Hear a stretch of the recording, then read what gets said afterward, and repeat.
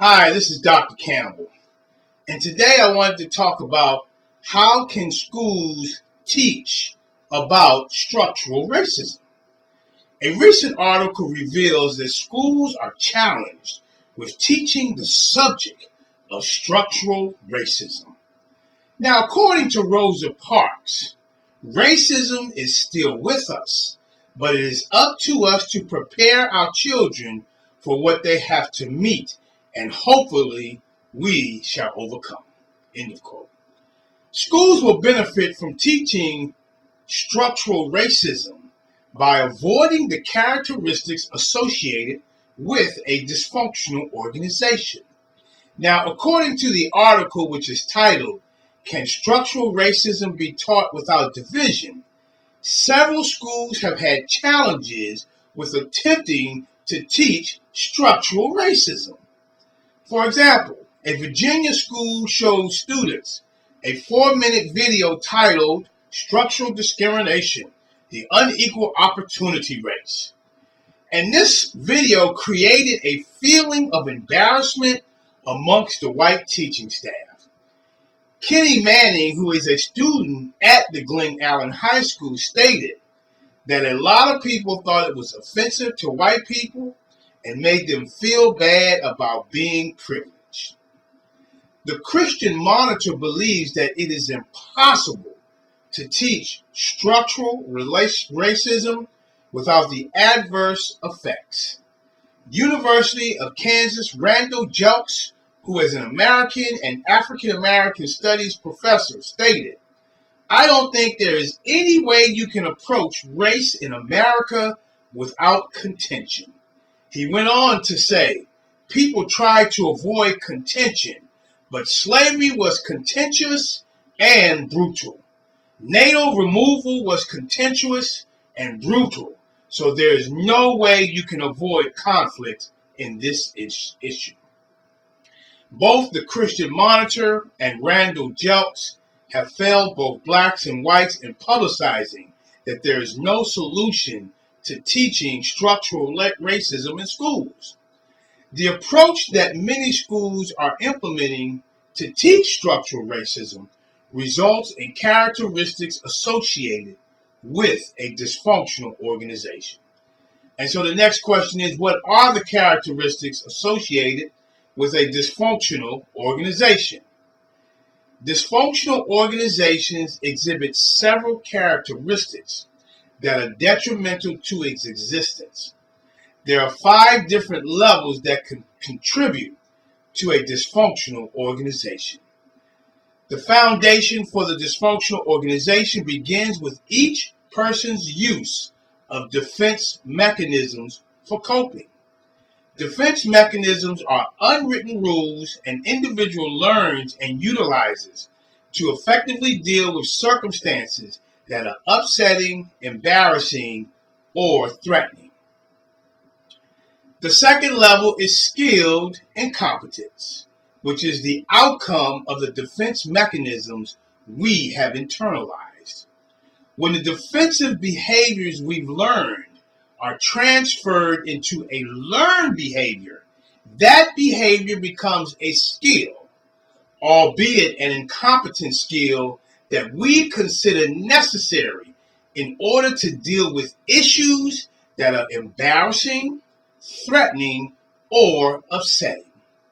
A skill that is learned from the regular application of a defense mechanism has a high degree of incompetence embedded within it because we are unaware of how this skill will impact our future. Skilled incompetence transforms into a defensive routine. Defensive routines are the third level. When the skilled incompetence is automatically exhibited at all times, the behavior is now a defensive routine. Defensive routines lead to fancy footwork. Fancy footwork is the 4th level. Fancy footwork happens when individuals try to deny the behavioral inconsistencies they exhibit, or else they place blame on other people, which results in distancing themselves from taking responsibility for their behavioral inconsistencies. Fancy footwork leads to organizational malaise. Organizational malaise is the final level. During this phase, the individuals in the organization will seek to find fault within the organization rather than accept responsibility for their actions and correct their behavior accordingly. The individual continues the process by accentuating the negative and de-emphasizing the positive in an effort to cover up their actions. The organizational malaise is further exacerbated by a refusal of one or all members to discuss their area of responsibility. In this case, teachers exhibit characteristics associated with organizational malaise by blaming the administration for approving a video that teaches students about structural racism. Organizational malaise is a product of fancy footwork. During the fancy footwork stage, teachers deny that they are the facilitators of structural racism. Instead, they will blame the school, parents, and even students for the problems and not accept responsibility as enforcers of the process that leads to structural racism. Fancy footwork is a product of defensive routines. Since defensive routines are an automatic skill, teachers will exhibit behavior that contributes to structural racism.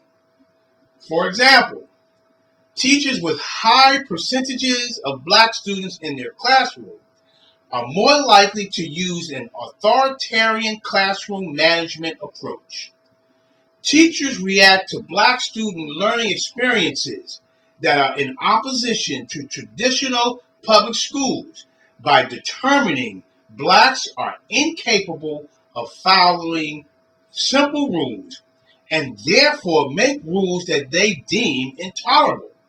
Teachers justify this authoritarian process with the belief that these students want to be disciplined and have some order in their lives for a change. Developing this belief is a product of skilled incompetence. Defensive routines are a product of skilled incompetence. The skilled incompetence that is associated with structural racism is developed when teachers are testing student discipline expectations.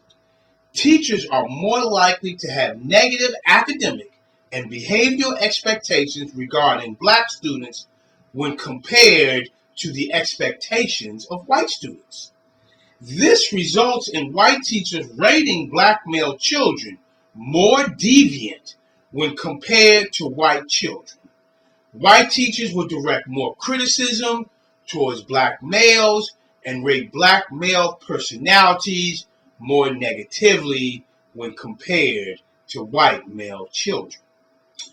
Over a period of time, teacher expectations influence student achievement and the social organization of the classroom.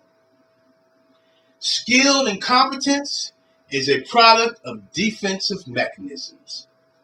Many white teachers are embarrassed when confronted about the past actions of their ancestors that have led to structural racism. When incorporating students into a marginalized society by slavery, conquest, and colonization, students believe school is detrimental to their identity. Indians, Mexican Americans, Puerto Ricans, and blacks share the same past of having been brought into the United States against their will and then downgraded to a subordinate status. Blacks have learned since slavery that the way to get ahead is not through merit and talent, but through white patronage. Americans of color adapt to a society that does not value their ethnicity, history, heritage, or language by establishing societal survival strategies.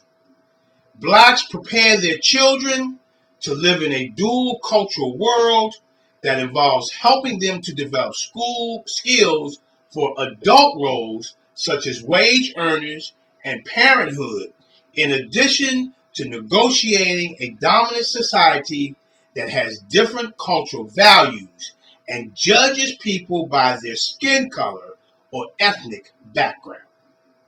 Blacks who live in an urban society and a society that dislikes them for the color of their skin ensure that they do not become victims by approaching people with caution, wariness, and a sense of distrust.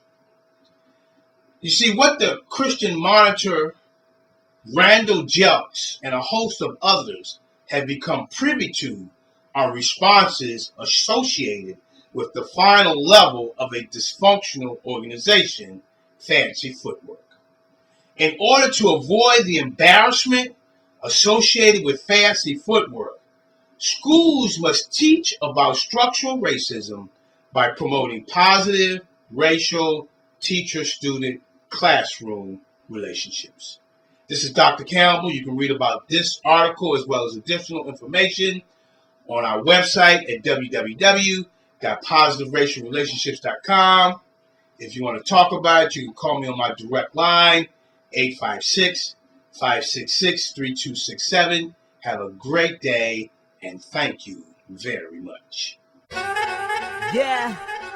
Be sure to check out positiveracialrelationships.com. Check it. Look, pull your pencils out, class is in session. Let's focus on loving our neighbor without a question. Visit positiveracialrelationships.com. Leading classrooms together like a marriage bond. Kick racism out, that ain't what life's about. For more information, check the website out.